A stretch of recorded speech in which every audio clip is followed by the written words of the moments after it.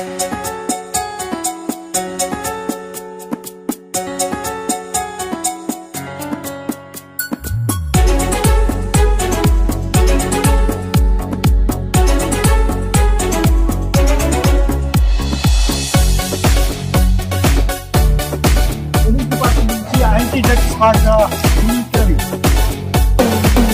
నిమిషం నీ కోసం ఆగదు సోదరా, సందేశం ఇస్తుంది సమయం నీకేరా. ఎగిరే పక్షి నీ కోసం నేలకు రాదురా, సంకల్పం ఉంటే చాలు నింగి నీదేరా. నమస్కారం. యాక్చువల్గా నాకు కోర్టు నడుస్తూ ఉంది, కానీ కోర్టు మధ్యలో ఆపేసి మీతో 2 మాటలు మాట్లాడాలనే ఉద్దేశంతో నేను ఇక్కడ రావడం జరిగింది. అయితే ఎస్పీ గారు, కలెక్టర్ గారు, మరి మీరు ఎట్లా బిహేవ్ చేయాలి, మరి పేరెంట్స్ కూడా మీ మీద కొంచెం సూపర్విజన్ పెట్టి వీళ్ళు మార్గద్రవ్యాల వైపు వెళ్లకుండా చూడాలి. అట్లాగే టీచర్స్, లెక్చరర్స్, కాలేజీలు కావచ్చు, స్కూల్స్ కావచ్చు, వీటన్నిటి గురించి వాళ్ళు కూడా రోల్ ఉందని చెప్పారు. అట్లాగే ఎస్పీ గారు కూడా మీకు ఒక ఉదాహరణ చెప్పారు. ఒక అబ్బాయి ఎట్లా అయితే అనుకోకుండా మార్గద్రవ్యాలు పడి అతను లైఫ్ అంతా ఎట్లా ఖరాబ్ చేసుకున్నాడు అనేది. ఇది ఈ మధ్య అంటే నేను కొన్ని చట్టపరమైన విషయాలు చెప్తాను, ఎందుకంటే నేను జిల్లా ప్రధాన న్యాయమూర్తి కాబట్టి అవి చెప్పడానికి ఇక్కడికి వచ్చాను. మిగతా విషయాలన్నీ మీకు చెప్పారు. మీకు మన భారతదేశంలో 2019 సంవత్సరంలో ఈ నార్కటిక్స్ దాని మీద, మత్తు పదార్థాల మీద ఒక సర్వే జరిగింది. అసలు ఎంతమంది భారతదేశంలో ఈ మార్గద్రవ్యాలకు అలవాటు పడుతున్నారు, ఎంతమంది దీనికి ఎఫెక్ట్ అయ్యారని చెప్తే ఆ సర్వేలో తేలింది ఏంటంటే, ఎంతమందో తెలిసి ఎవరైనా చెప్పగలరా? 3,10,00,000 మంది ఆల్రెడీ 2019 సంవత్సరానికి డ్రగ్స్ అలవాటు పడి తీసుకున్న పరిస్థితి మనకు ఆ సర్వేలో జరిగింది. అట్లాగే 8.30 లక్షల మంది ఇంజక్షన్ల ద్వారా ఈ నార్కటిక్ డ్రగ్స్ తీసుకోవడం జరిగిందని ఆ సర్వేలో చెప్పారు. అప్పుడు గవర్నమెంట్ ఆఫ్ ఇండియా అట్లాగే సుప్రీంకోర్టు వారు కూడా దీని మీద ఆలోచన చేస్తూ ఒక జడ్జిమెంట్లో చెప్పారు, చట్టాలు ఉన్నాయి కానీ ఆ చట్టాలని చాలా మంది అతిక్రమిస్తున్నారు. ఎన్డీపీఎస్ అంటే narcotic drugs and psychotropic substance act అని ఉంది. దాంట్లో పోలీస్ వారు అట్లా ఎక్సైజ్ వారు కేసులు పెడుతున్నారు. ఈ మధ్య మీరు మన జిల్లాలోనే చూస్తుంటారు, బాన్స్వాడ సైడ్ లో చాలా మంది ఆల్ప్రోజన్ అట్లాగే డైజీఫామ్ కలిపినటువంటి కళ్ళు తాగి చాలా మంది అస్వస్థకు గురై నిజామాబాద్ హాస్పిటల్లో ఉండడం జరిగింది. మరి మామూలుగా తాడి చెట్టు దగ్గరికి వెళ్ళి కళ్ళు స్వచ్ఛమైన ఇస్తానంటే ఈ రోజుల్లో ఎవరు తాగట్లేదు. వాడికి కిక్కు కావాలంటే మత్తు పదార్థం కలిపితేనే కిక్కు వస్తుంది అనేటటువంటిది వాళ్ళ మైండ్లో ఒకసారి పడిపోయింది. అందువల్ల మార్పు ఎక్కడి నుంచి రావాలంటే మన దగ్గర నుంచి రావాలి. మీరందరూ స్టూడెంట్స్, రేపొద్దున మీలో చాలా మంది కలెక్టర్స్ కావచ్చు, చాలా మంది ఐపీఎస్ ఆఫీసర్స్ కావచ్చు, హైకోర్టు జడ్జెస్ కావచ్చు, జిల్లా న్యాయమూర్తులు కావచ్చు. కానీ మీరు ఇప్పుడు కాన్సన్ట్రేట్ చేయాల్సింది ఏంటి? చదువు మీద. ఆ చదువు మీద కాన్సన్ట్రేట్ చేసి ఈ మత్తు పదార్థాల బారిన పడకుండా చూసుకోవాల్సిన బాధ్యత మీ అందరిది. అట్లాగే మీ తల్లిదండ్రులు కూడా మీ మీద చాలా ఆశలు పెట్టుకున్నారు. ఎందుకంటే మన కామారెడ్డి జిల్లాలో చాలా మంది కూలి పని చేసుకుని వాళ్ళు కష్టపడి పిల్లల్ని మంచి కాలేజీల్లో చదివిస్తున్నారు. అవునా కాదా?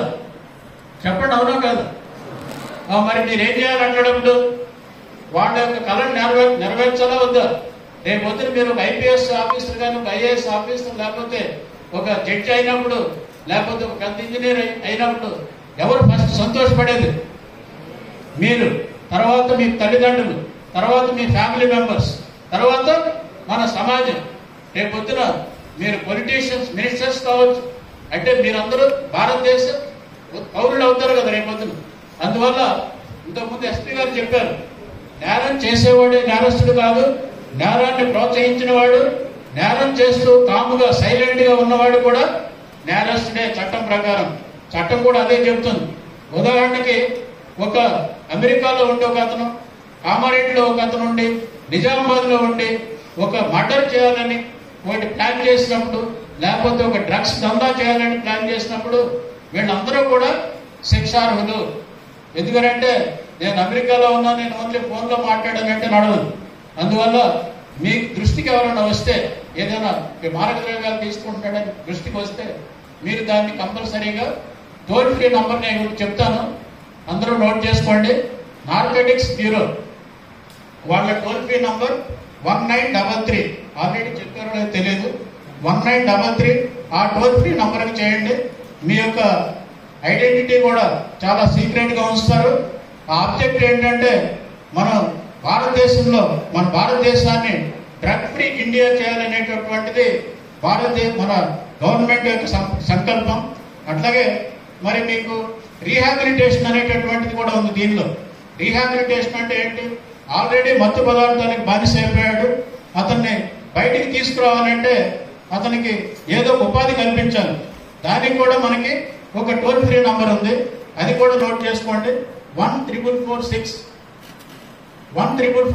టోల్ ఫ్రీ నంబర్ కనుక మీరు చేస్తే వాడు చర్యలు తీసుకుంటారు. అంటే గవర్నమెంట్ ఆఫ్ ఇండియా ఢిల్లీలో ఉండొచ్చు, కానీ ఇక్కడ మన కామారెడ్డి డిస్ట్రిక్ట్ వరకు కూడా వాళ్ళ బ్రాంచెస్ ఉంటే మీకు అటెండ్ అవుతారు. సరే, నేను ఇక్కడ కొన్ని జస్ట్ క్లుప్తంగా 2 నిమిషాల్లో చట్టాల గురించి అంటే, నేను ఇక్కడ జిల్లా ప్రధాన న్యాయమూర్తి కాకుండా కామారెడ్డిలో ఇక్కడ DLS district legal service authority అనేది ఒకటి ఉంది, దానికి చైర్మన్ కూడా. ఆ పొజిషన్లో నేను ఇక్కడ రావడం జరిగింది. మా యొక్క 3 బాధ్యతలు మేము లీగల్ సర్వీస్ అథారిటీస్ యాక్ట్ కింద మేము చేయాల్సి ఉంటుంది. ఒకటి ఏంటంటే ప్రజలకి చట్టాల మీద కనీస అవగాహన కలుగు చేయటం, దానికోసం ఇక్కడ రావడం జరిగింది.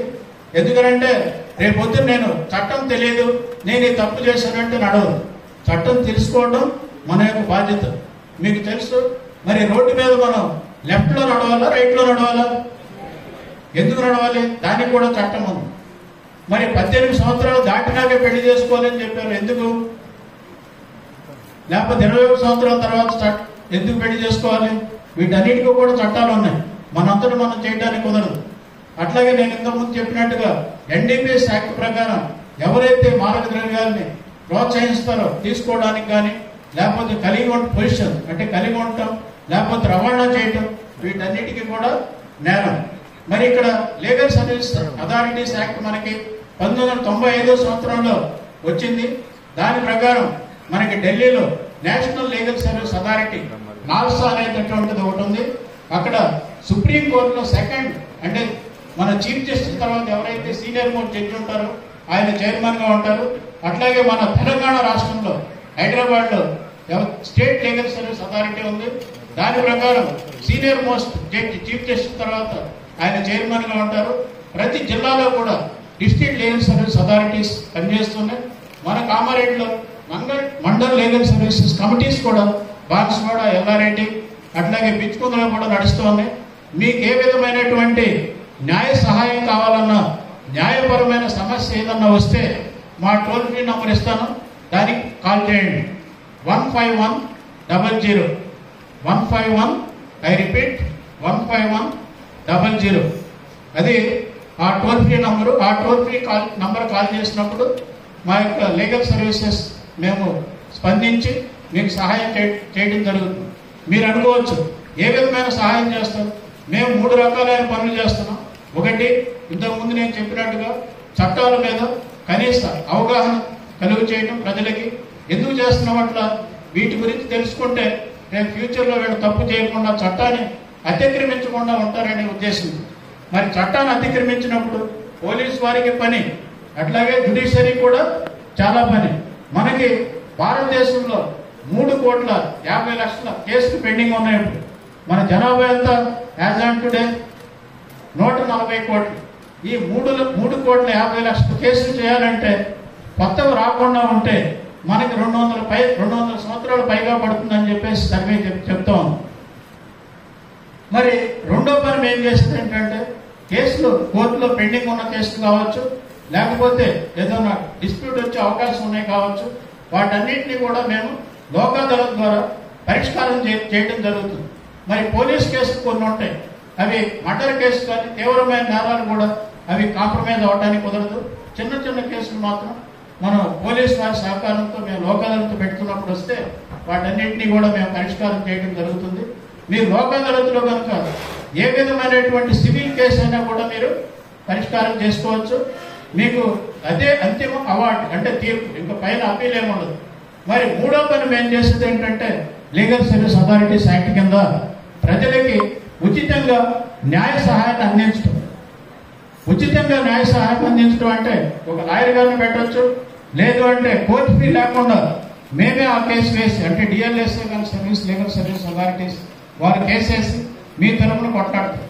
మరి ఎవరు అర్హులు దీనికి ఫ్రీ లీగల్ ఎయిడ్ దానికి అంటే మహిళలందరూ కూడా అర్హులే, పిల్లలందరూ కూడా అర్హులే.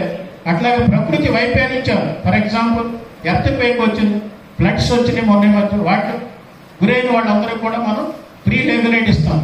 అట్లాగే ఎవరి వార్షిక ఆదాయం అయితే యాన్యువల్ ఇన్కమ్ 3 లక్షల తక్కువ 3 లక్షల లోపు ఉంటుందో వాళ్ళందరికీ కూడా మేము ఫ్రీగా లీగల్ ఎయిడ్ ఇవ్వడం జరుగుతుంది. వీటన్నింటినీ కూడా మీరు గమనించి వీటిని కూడా ఉపయోగించుకోవాలని చెప్పేసి నేను కోరుతున్నా. అయితే నేను ఇక్కడ ప్రధాన న్యాయమూర్తి కాబట్టి మీరందరూ పర్మిషన్ ఇస్తే మీ అందరితో ప్లెడ్జ్ చెప్పిద్దాం అనుకుంటున్నాం.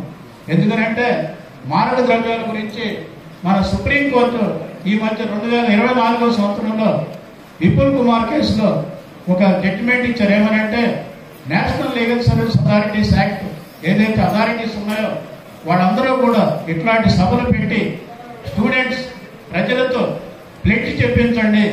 ఎందుకంటే మనం ప్లెడ్జ్ చేసినప్పుడు కొంత మన మైండ్లో అది కూర్చుంటుంది, దాన్ని మనం ఫాలో అవుతామనే నమ్మకం ఉంది. అందరూ ఒకసారి నిలబడితే మనం ప్లెడ్జ్ చెప్తాం.